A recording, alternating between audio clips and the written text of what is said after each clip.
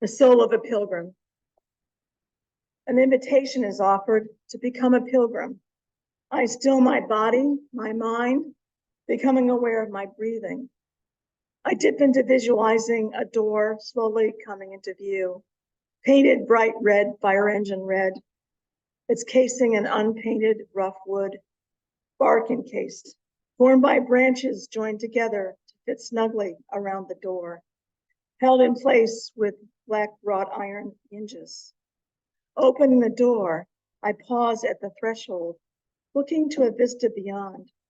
I step over the sill. I am on a porch, which extends the door's opening forward to the left and right. Hand-hewed rocking chairs sway gently, as though someone has just stepped up out of them. Beyond the porch, tall trees branch out over a flower-strewn meadow. Through the branches, a robin's egg blue sky hovers over the water. I can just catch a glimpse of beyond the tree line. The invitation asks me, what will I take with me? My first thoughts are a notebook, pen, pencils, water, a candle, matches, strangely no books to read. Instead, I take with me connections to those I love. I'm carried along by their love. I also carry with me my anxious thoughts, my regrets, my hopes, my dreams, even those not yet fully formed, those not thought of yet. On this journey, I will be an observer. I will not be an observer. I will not be a tourist, momentarily enjoying the sights, sounds, tastes of the places I travel through. I will be a pilgrim looking for transformation with no real expectations of what that will look like. I'm aware this is only a first step. The porch is a place to return to and go out from. The chairs, places to rest before venturing out again. I do not know my intention for this journey. I have only a willingness to accept the invitation to the unknown. I have the luxury of age and a backpack full of memories and experiences to draw from, as well as the anxious moments of journeys cut short by circumstances or just plain old laziness. I have started out before. Who knows what this journey will bring? Only time will tell.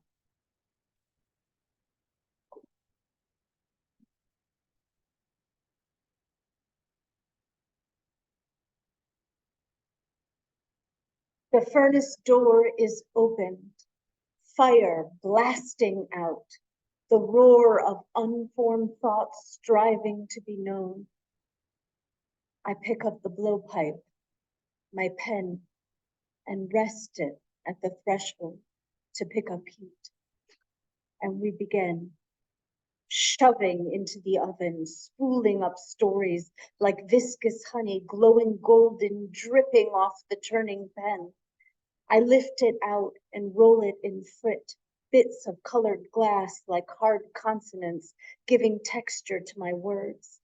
Back in the fire and then below. Breath giving a bubble of sense, lifting the syllables, it dangles there as I swing it back and forth. The idea grows.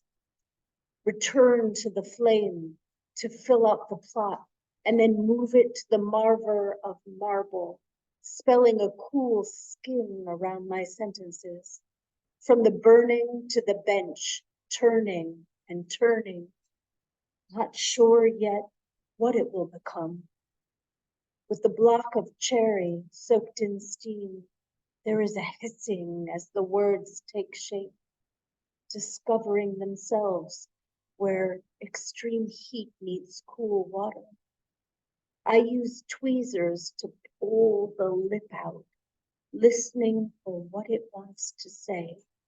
I keep returning to the heat, to the inside burning, the molten part of me beyond meaning or music. I gather words from this crucible, sequences and silences. In the hot shop, I take shape, blowing and rolling the right phrases and accidents of elasticity, using the jacks to press an edge into a period or pull a pause out, making a vessel of vowels to blow my mind into, passing it off on my punty rod or bleeding it with block water, till suddenly it's time. Tap, tap, tweeze again. I tap and wait. Will it shatter?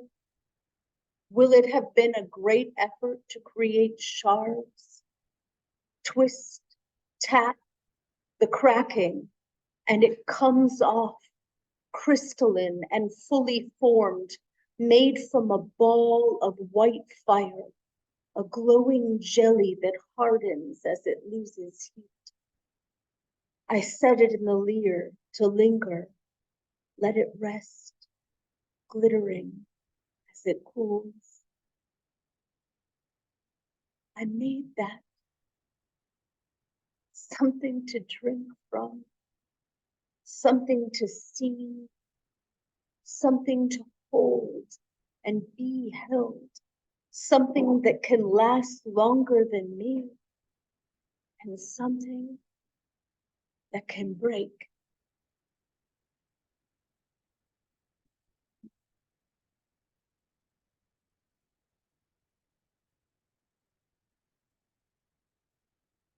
Why did you first start writing poetry? He asked. I don't know. Doesn't every young girl acquire a little notebook small enough to hide from others and use it to record her innermost thoughts? Why did you stop? I don't know the answer to that either. It certainly wasn't that my thoughts went away or that I became less conscious of the world. Maybe I became more self-conscious, less sure I had something of value to say.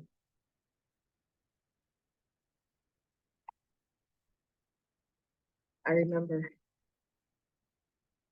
the sound of introductions in his dorm suite. I remember the sound of How Deep Is Your Love blaring prophetically as we danced. I remember the sound of knowingness and connection. I remember the sound of him asking if I wanted to get married. I remember the sound of me asking why. I remember the sound of the wine glass breaking underfoot. I remember the sound of Manhattan. I remember the sound of suburbia. I remember the sound of an infant's colicky cry. I remember the sound of a preschooler's lisp. I remember the sound of digging for Legos at 7 a.m. I remember the sound of piano lessons and drum sets. I remember the sound of an airplane arriving. I remember the sound of a new baby in the house. I remember the sound of fairy tales and singing. I remember the sound of adolescent rebellion. I remember the sound of long distance absences. I remember the sound of everything coming together. I remember the sound of graduations and weddings. I remember the sound of eulogies and pets. I remember the sound of grandchildren and in-laws. I remember the sound of ARP cards coming in the mail. I remember the sound of the policeman calling. I remember the sound of machines beating all night. I remember the sounds of my heart beating wildly in my chest. I remember the sound of prayers coming out of my mouth. I remember the sound of angels spreading their wings. I remember the sound of the universe whispering, "You've got this." I remember the sound of his foot tentatively reaching for the floor.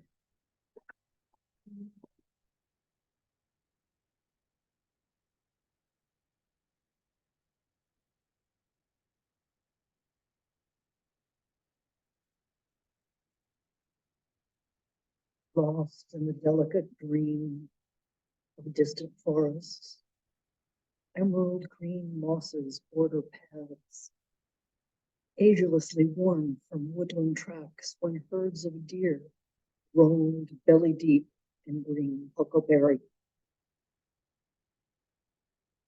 Hair fills with the sweet honey locusts smelling like the inside of a beehive.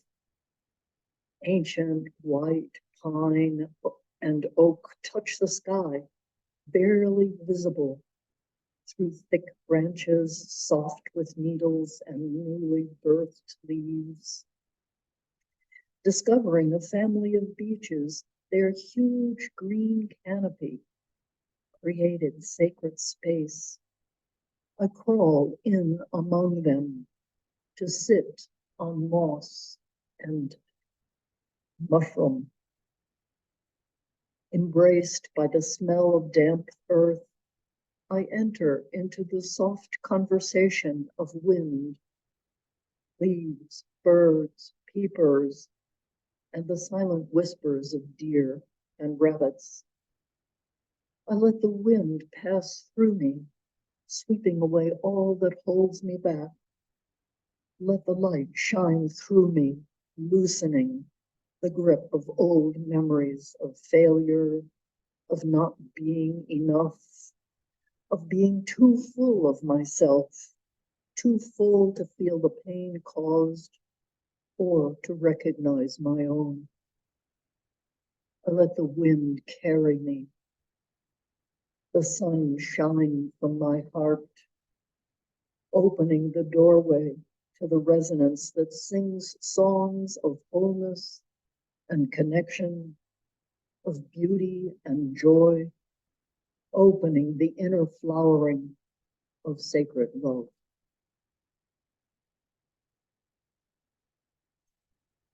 Good evening, everyone.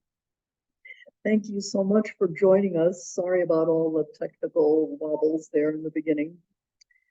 First, let me introduce our poets, Ivy Greenstein, Maria Silverman, Gail Smith, and myself, Carol Marcy. I have to say the highlight of today's reading is that we get to meet Ivy. She's been with us on Zoom from the beginning because she lives just north of New York City. She joins us here today in person for the first time. The Center's poets have continued our weekly practice of writing, experimenting, improving our critiquing skills, and growing as poets. Since the last time we presented our work to you, one of the ideas we have played with is to write shorter poems, some of which have simply been a simple sentence long. We're very excited to be doing this first hybrid reading, which means that there are actually people to read to. We look forward to your questions and comments at the end. So now let's continue with the reading.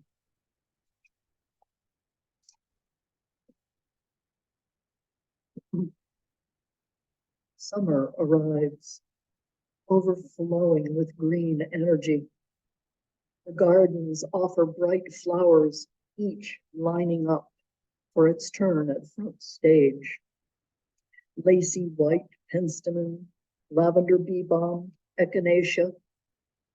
Heart-shaped red juicy strawberries are bountiful, much to the delight of the chipmunks, who abandon a pile of half-eaten berries in the center of the patch every day.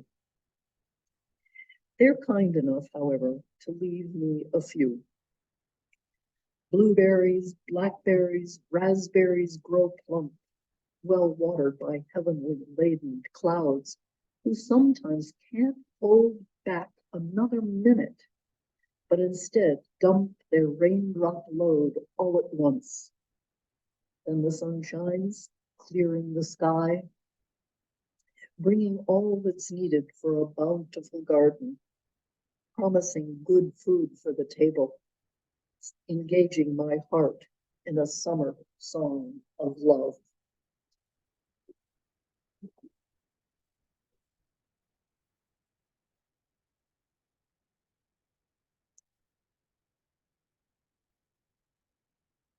A basket of cipollini, ripped skins and rosy sweetness resting in the wicker.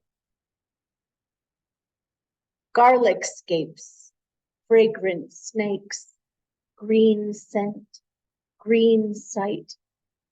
Their sharpness scrapes my senses. Itachi, cucumber, crunches, slice with a knife, bone white peel in the bone china bowl, tails torn from other times, stacks of endless seeds spilling stories between my teeth.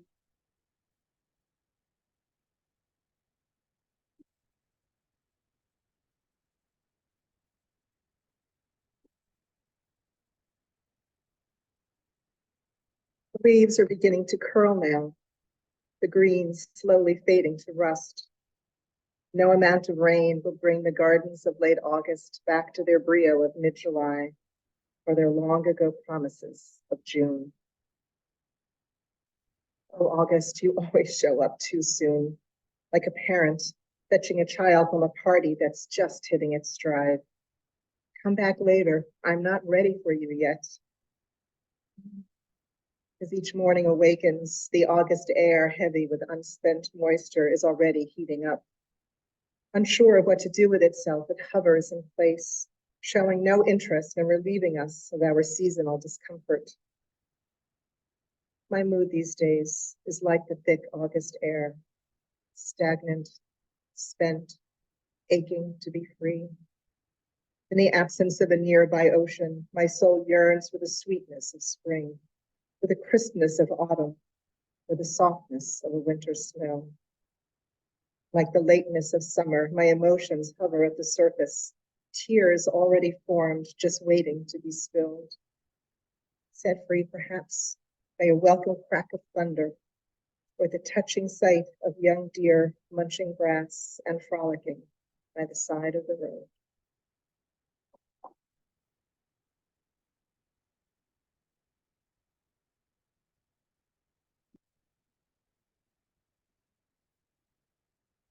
They return.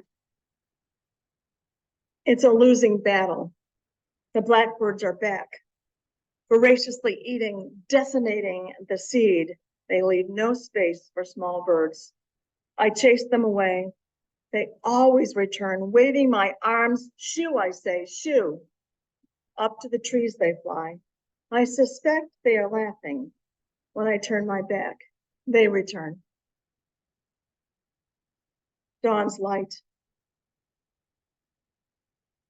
Sitting in the silence of the night before dawn's light reaches across the water below, I wonder, will I see a perfectly mirrored reflection, or will the wind-ruffled air dull the light, leaving only possibilities to ponder on? Hello. Walking out the door into the day's sunlight, I hear a bird's song. Looking up, I wonder where in the branches, just leaping out into buds, the singer sits, calling out its loud hello to the morning.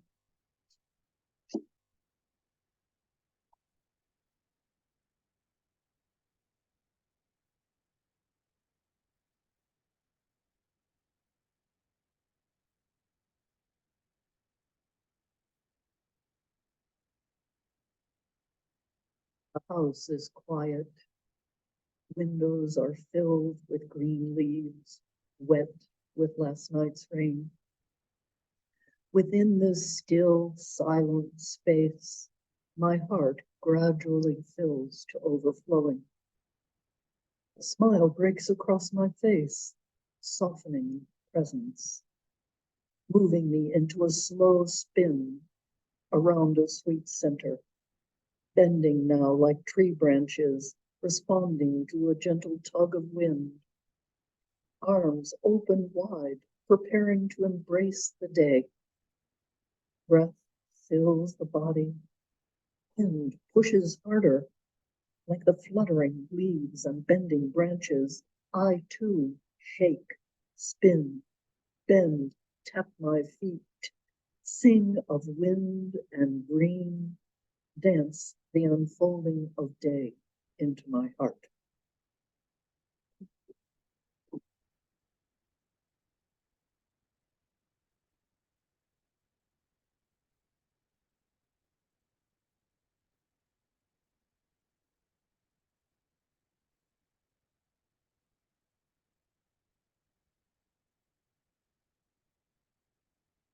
Forced march. He surrendered to the fate he was called to. Beaten, scourged, crowned with thorns pressed into his flesh, blood dripping into his eyes, he was marched through the town's market, past stalls of food, spices, clothing, pottery, people earning their living. Burdened by the heavy crossbeam draped over his shoulder, he falls. They grab a stranger from the crowd to carry the beam. They march on together. Soldiers before and behind. The women who knew him reach out to touch him, to wipe his face. Huddling together, they drift back into the crowds. They reach the killing hill with its 3 tall stakes, ends buried in the ground, waiting for the crossbeams and bodies to be hoisted up. His hands and feet nailed in place. He hangs there until his last forgiving breath. They take his body, lay him into the waiting arms of his mother. Wrapping him in cloth, they carry him to the borrowed tomb. Who are we, human beings who force march people to their death? A trail of tears, tribes force marched from their native lands, 70,000 and more die on the way. Brutality is the way of war. Skeletal prisoners are marched to their death as the losing side tries to hide the horror of the camps and people they caged because of whom they were and what they believed.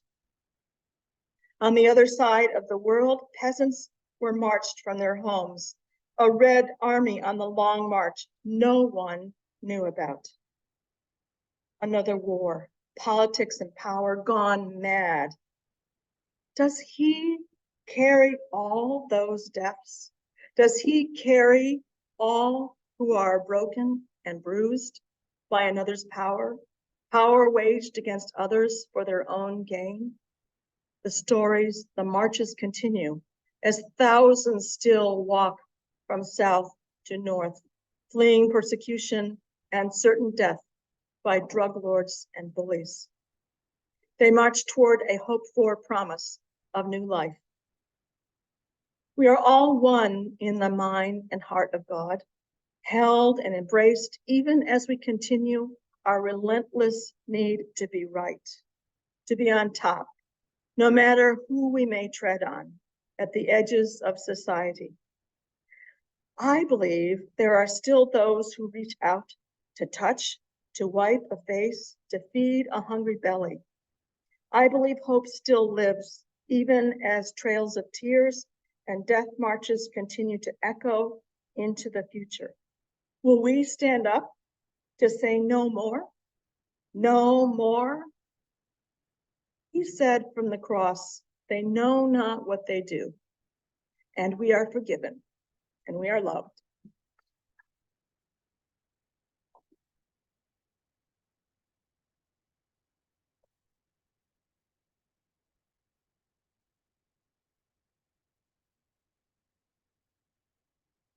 I'm feeling unrooted, struggling to center, eating desperately to set down anchor.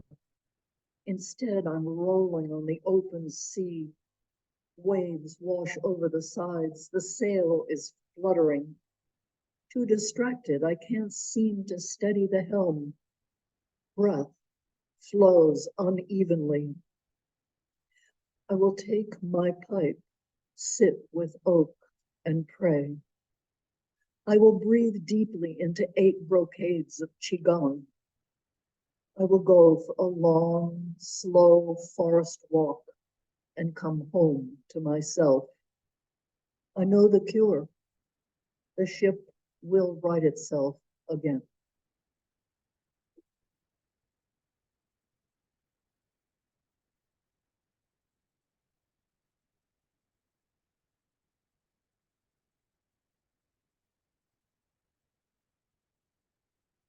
It's hard to see where you're going in the fog. The fog moved in and stayed for weeks. Without a horizon, there was no intention, no place to set your sights on, no boundaries on anything when backing up in the car or moving forward on foot. I couldn't know where I was in relation to anything else, especially myself. There was a sameness, not only between sea and sky, but in the vague silhouettes of people moving in the remoteness, muted hues or just black and white and gray. Even the fog bow that iced its way out of the mist over the marina was just a smudge of a rainbow, its colors erased. The sandbar was subsumed in the incoming tide, only the wrinkles of water whispering where land might be. Everything was suggested, but nothing known. For days. The sun struggling to spill silver onto Mercury, and the moon a detached ghost disappearing into blank shadows. The dimensions of everything were lost. Fishing boats going out in the channel with only their motor to tell if they're passing. And I am murky too, in my marriage, in my mothering, in my mission, wrapped in seaweed, stirred up in the current. I can't see where the still water meets the shoreline, like the seal carcass turned inside out, bleached blubber oozing like glue over the white spine, or the windmill turning its blades like vertebra against the white sky. Everything was hinted at. The bandstand burning faintly like a painting in the haze. The ball game swallowed up by sixth inning fog before it even began. Even the fireworks appeared behind a scrim, the top half eaten away, like a memory of some festival long ago. It was as if everything had happened already, been forgotten. I kept looking for the sunrise or the moon to rise, but nothing changed. It just stayed gray and undefined until one day when I awoke and looked out the windows, which had been crowded with condensation, and saw the crescent moon cracking open the sky. At the shore, colors were creasing out of the cirrus clouds until morning overflowed golden and set me on fire again. The water was finally clear down to the crabs crawling over my feet. My body was reflected on the surface with the sun behind me, and I shone too.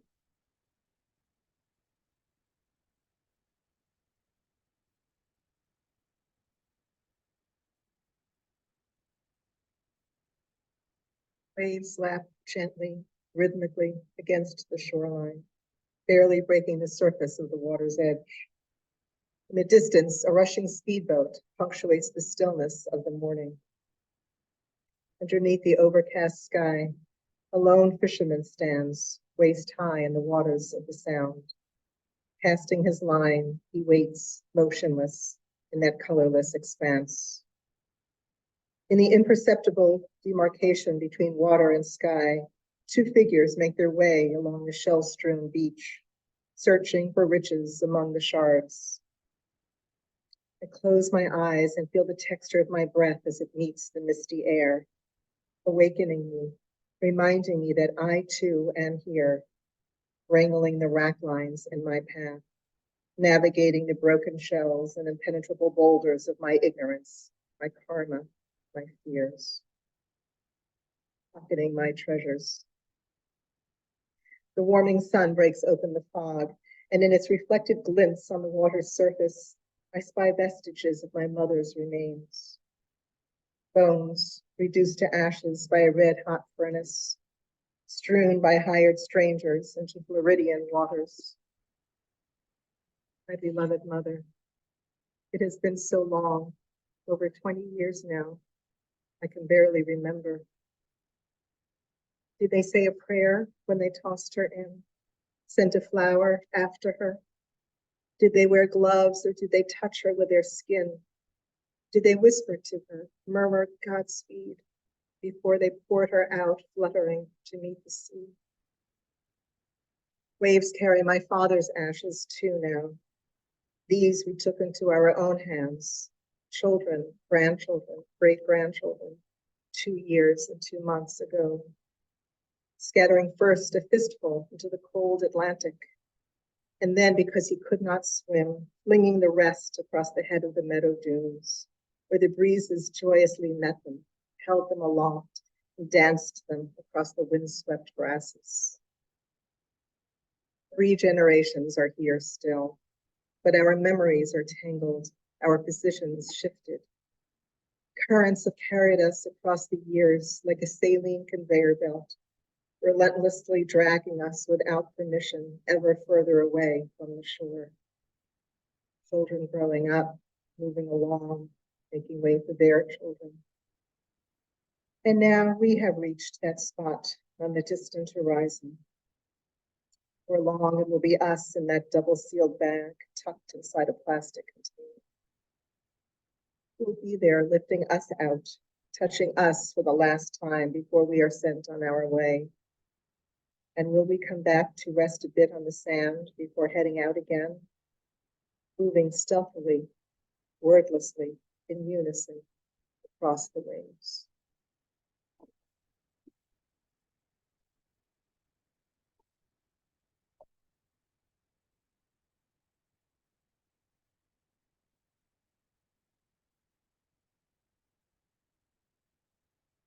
I were a garden, I would dress myself in a yellow ruffled squash blossom skirt, lacy sky blue, hydrangea petticoats peeking out from underneath.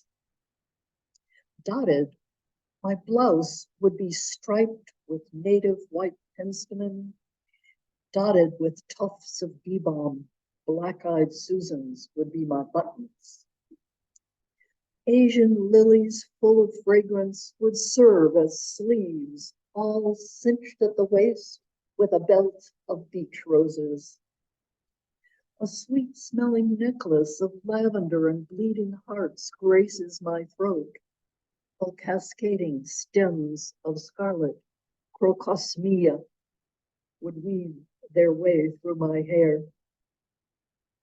Under the magic of moonlight, with my feet bare, toes wiggling in soft earth, I would dance in the company of fireflies the whole night through, to the persistent beat of crickets and peepers, encouraged by a gentle summer breeze.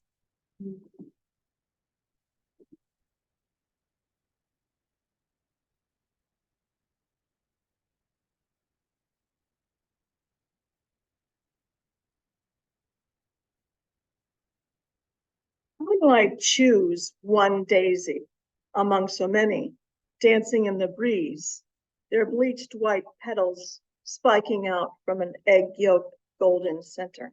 How do I choose? Do I choose the one missing a petal? It might need a pick-me-up, believing its despoiled self would never be chosen to star in a poem, a song, a story. Or what about the one wilting away past its prime?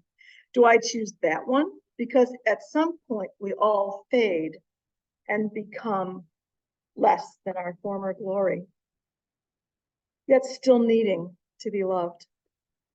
Do I choose the one blooming on the edge, separated from the crowd? Do I choose the star in the middle? Well, I can't choose. I will just take them all, snipping their stems carefully, gathering them into a bunch, the taller ones in the middle, the shorter around the edge, a perfect bouquet in a crystal glass vase filled with cool, clear water, placed in the middle of the table, candles lit on either side, a centerpiece of delight. I do wonder, though, do they miss those outside in the sunshine, their faces happily waving towards the sun, hardly missing those gone to grace a table, plucked before their prime is gone. Inside, outside, a daisy is still a daisy, always a joy, bringing a smile wherever they may be.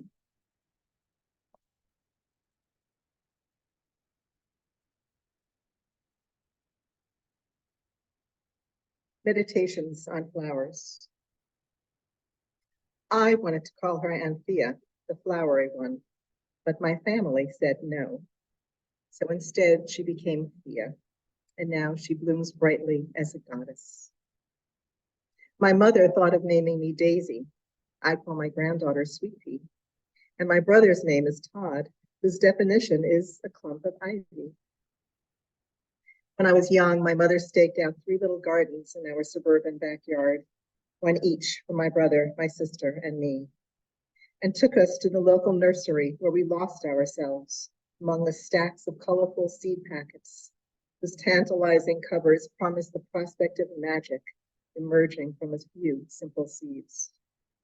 I picked out snapdragons and tended them with my little watering can, so excited to see the tiny green tendrils and then the stalks, tall and showy, rising from the earth. Years later, the same weekend my mother died, my cat died. Her name was Petal, and patting her was like patting gray velvet or the softness of a lamb's ear. My garden today is covered in shade, and my favorite flowers, peonies and hydrangeas, refuse to grow. So I make do with annuals, vincas, begonias, zinnias, little lavender and white faces whose names I do not know, which I arrange on my patio in cerulean glazed earthenware pots that are too heavy for me to move about and shelter from the summer's paradox of withering sun and unrelenting rain.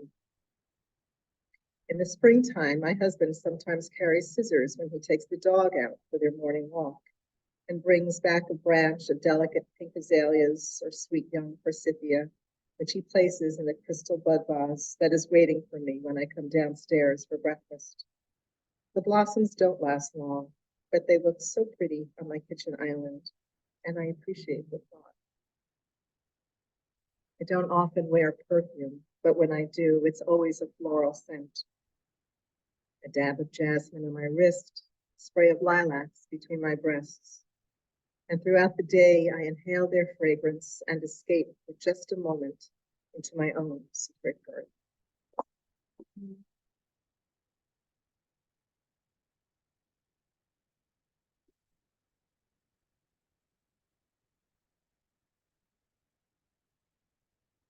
I severed the stem with the edge of my fingernail. Stolen blossom with its white scalloped edge.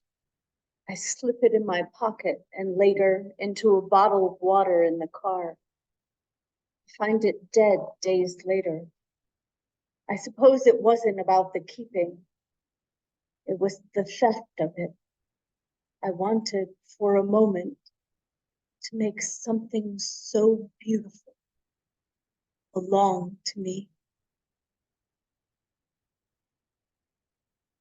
Every time her old rose blooms, remember. Rolls of wrapping paper, unopened. As she describes how he kisses her, I taste my lips, wondering if they've ever been kissed that way. The waves keep asking unanswered questions, and so do I. So do I. We meet at the edge of unknowing and retreat and retreat.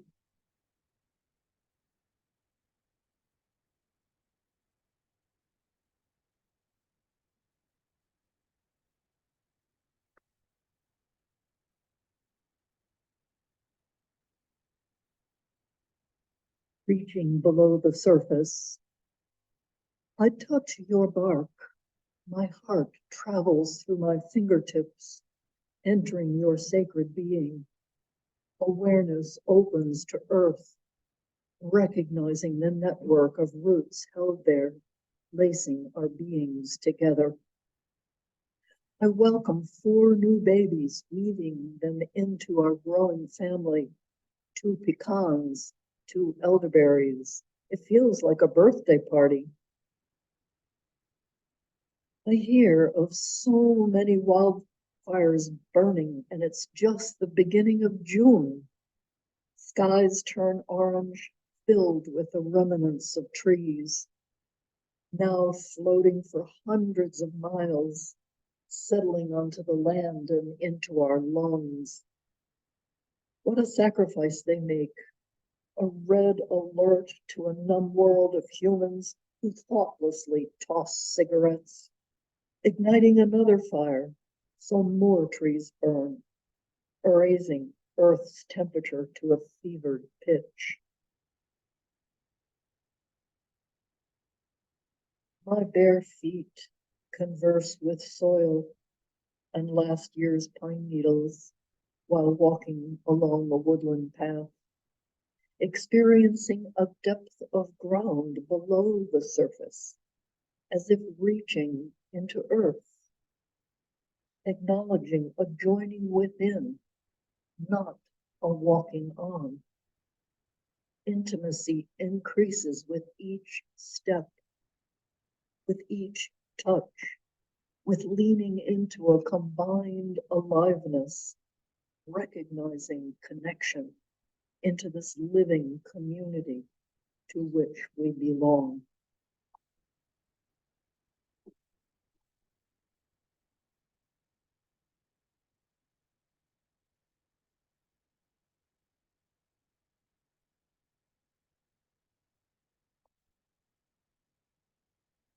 Red, white, and blue stars and stripes on socks, on sweaters, walking by a misty July morning. Fire engines, pipers, young and old, on walkers, in strollers, float after float pass by. The bandstand band playing patriotic melodies as they roll by. Settling in for the parade, hunched under a portico, trying to stay dry, I sip warm tea and eat a chocolate croissant. As all the fourths before come tumbling into my memory, my dad marching with a fireman on parade in his dress blue uniform, fireworks on the ball field, fireworks on the golf course, a sparkly Daffy Duck waddling across the field. We huddle under blankets covered in insect repellent. They still bite, you know. Hot dogs, hamburgers, potato salad, tuna salad, corn on the cob with butter dripping down my chin. Beneath it all, the music, the celebration, ghostly images float in my mind. Hundreds of thousands of lives, lost and bloody, on beaches, in planes, on aircraft carriers, on farmers' fields across an ocean, guns at the ready, walking through the rubble of burned out towns, the rat-a-tat-tat of machine guns in the distance, the earth shaking with the rumble of tanks, piles of dead bodies, comrades, enemies. The memories of all those who return remain shut down, bottled up. The pain for many still present years later. Families left at home will never know what they saw, what they lived through. Many had family letters tucked in pockets, waiting to be sent in case they never return. With all that heartrending loss, we still send young with people, men and women, to fight. Do we remember what we fight for? Or are we too busy trying to make our agenda, our point of view, to be the point of view, no matter the cost? Black, white, brown, Hispanic, Asian, indigenous, women, children, gays, lesbians, transgender, non-binary, all human beings with hearts and souls, easily broken, cast aside, walked over, abused, oppressed. I still love this country.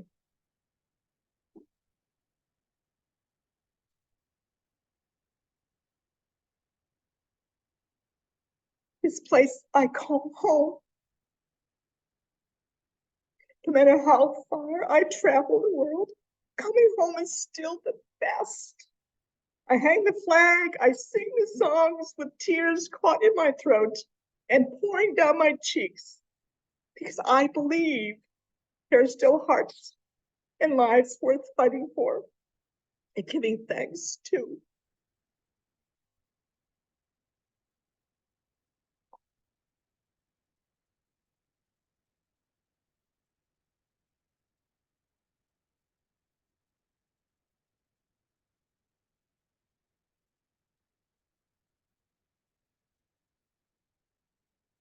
The oyster.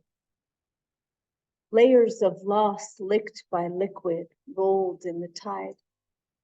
Stained by the sea and the sharp sand itching against the smooth surface.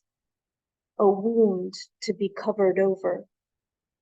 Waves wiping clean the place that hurts.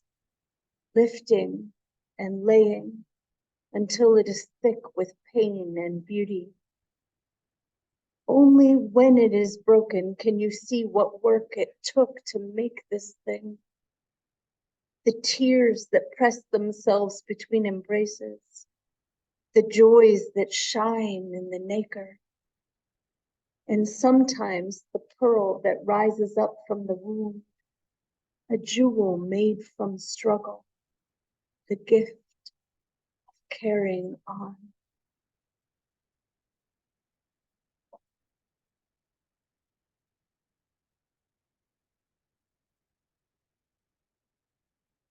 Questions burn hotly, like the burnt orange sky, like the winds from the north carrying ominous air, like the slant of the sun that shines down too brightly, like the darkening shadows that augur despair.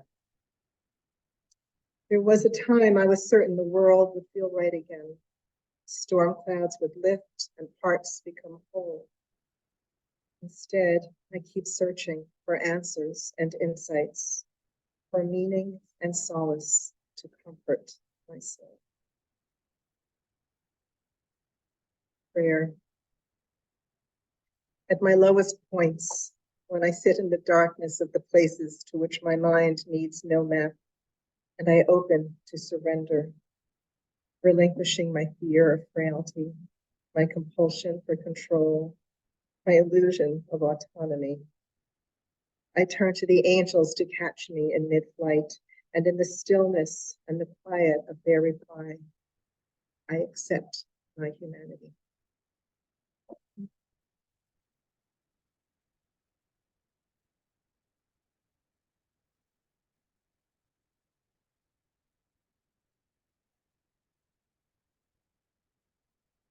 Walking down the woodland path, I gather the green of trees, bathe in the songs of birds, cloak myself in the wind. Mosaic patterns of leaf and light decorate the forest floor. A great granite rock returns a smile as I pass slowly by. Stopping by an old friend in the middle of the path, I take off my shoes to stand next to him, feeling feet sinking into soft, spongy, cool moss. Offering the palms of my hands, I graciously touch his bark, feeling into his solidity and strength. The soles of my feet extend downward through layers of humus, sand, and rock, like a huge taproot running parallel to the underground growth of tea root. There's a depth of ground and connection, a solidity comes into my being. Awareness centers on energy being drawn upward as I feel pulled through branches into blue sky to touch the warmth of sunlight. As the tree and I stand parallel to one another, the hardness between us begins to soften. until there's a continuous experience of joining with no separation, but a watery wave-like pulse moving vertically through us. Unknown words form, tumble out of my mouth like a shared sacred prayer. Then all is still again.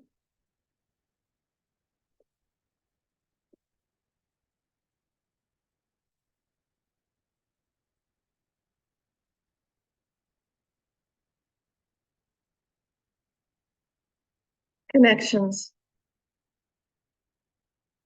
One lone bird, a red-winged blackbird, sits on a lichen-covered limb outside my window. I see him puff his feathers, singing his note, his call, to whomever is listening. He leaves his perch to join another red-winged blackbird. My window is closed to the cold air. They are too far away to hear their song muffled through the glass. Closer in my vision, tiny gnats fly frantically, visible only as their bodies glint white, catching the setting sun. Their movement chaotic as atoms, which in their random motions flower into delicate patterns of connection, giving them purpose hidden within their randomness. Much like the sounds of an orchestra turning up, a cacophony of sound until the conductor lifts her baton and with a downstroke, the music begins to flow, filling the air with melody. When the last note is played, silence breathes in until listeners rise up to clap their applause, their joy bursting into hallelujahs, wonderful and beautiful. Each note, each birdsong, each random movement, connection. We are never alone, though lonely we may be. I remember the whispered touch of a breeze, barely a breath of air, gliding across my face as I huddled in my sleeping bag and gazed up to a starlit sky, hovering over a boxcan canyon. Alone yet not alone, connected with that touch, that sight, that sound, to all that is, all that was, and all that will be.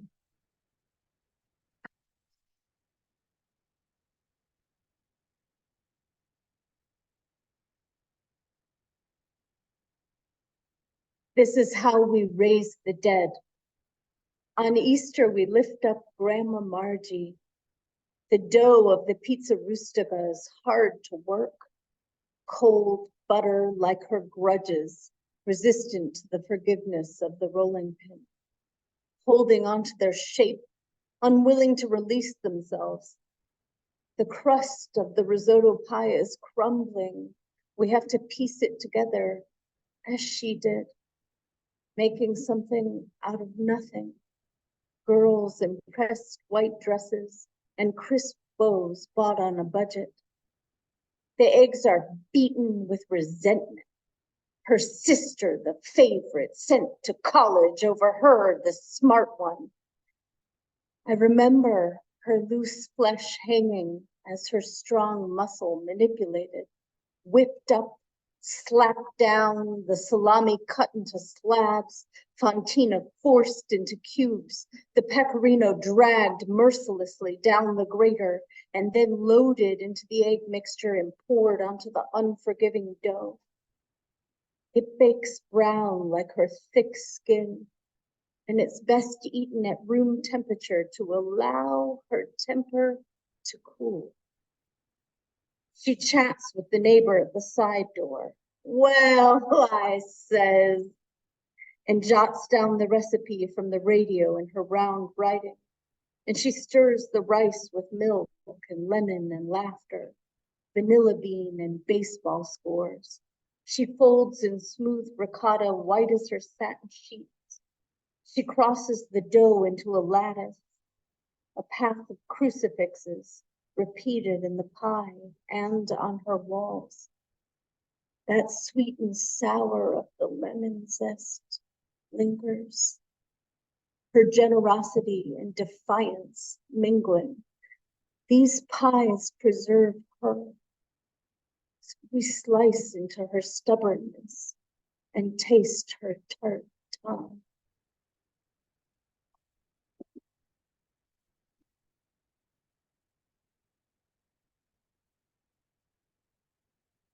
My ancestral home is a bungalow by a lake.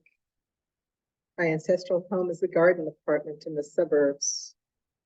My ancestral home is an Upper West Side Classic 6.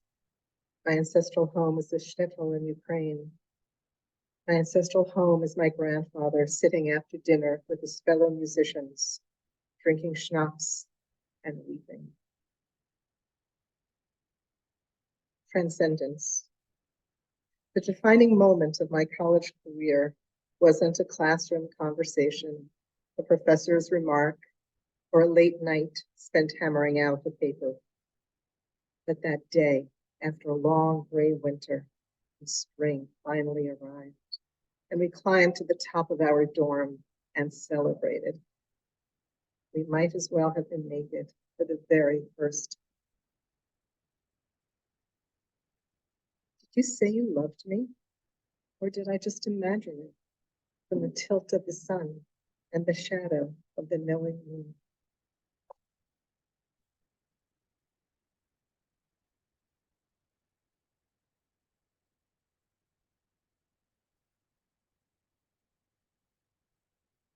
The close of day, when the busyness of the world begins to settle, I walk slowly down the forest path, soft with sand and pine underfoot, air permeated with a scent of forest life. A breeze moves through leaves and branches, singing a coming into night lullaby, accompanied by the settling sounds of birds, by the rhythms of crickets and peepers, murmuring evening songs of connection. The distant sounds of waves lapping sandy shores provides a comforting continuity while letting go of day. Ending, extending my energy into this sea of aliveness, recognizing the threads of life woven into a massive earthly quilt. A broad smile spreads across my face. I come home to peace, without judgment, accepting life as it is with a full heart.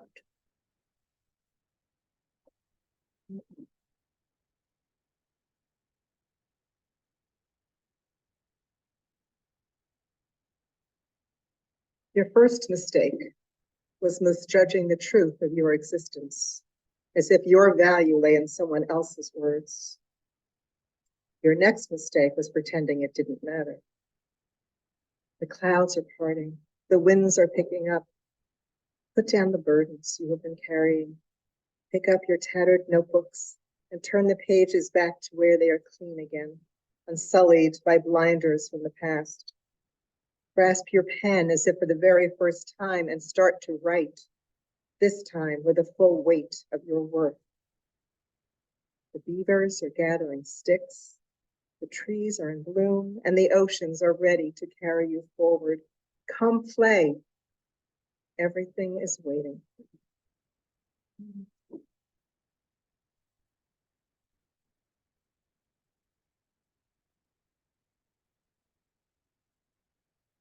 Okay. Thank you so much for staying with us tonight and listening and hopefully enjoying. Yep. So we wondered if you had any questions or any. You need to unmute to talk to us.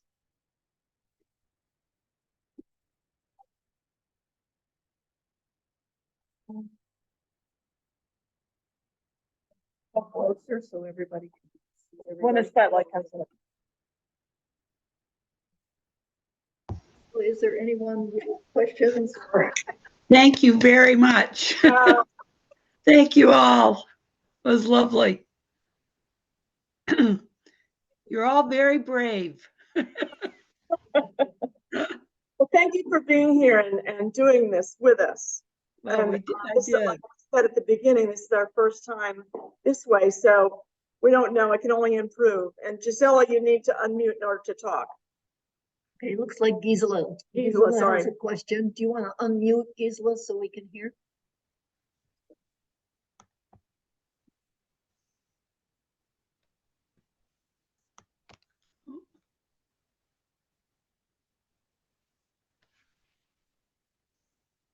You're still muted, Gisela. Can you unmute so we can hear?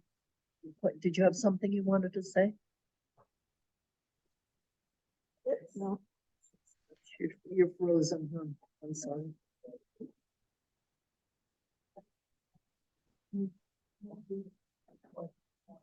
Thank you very much. We'll see Thank you. you. Thank you Good very night. much. Thank you for hanging in with us.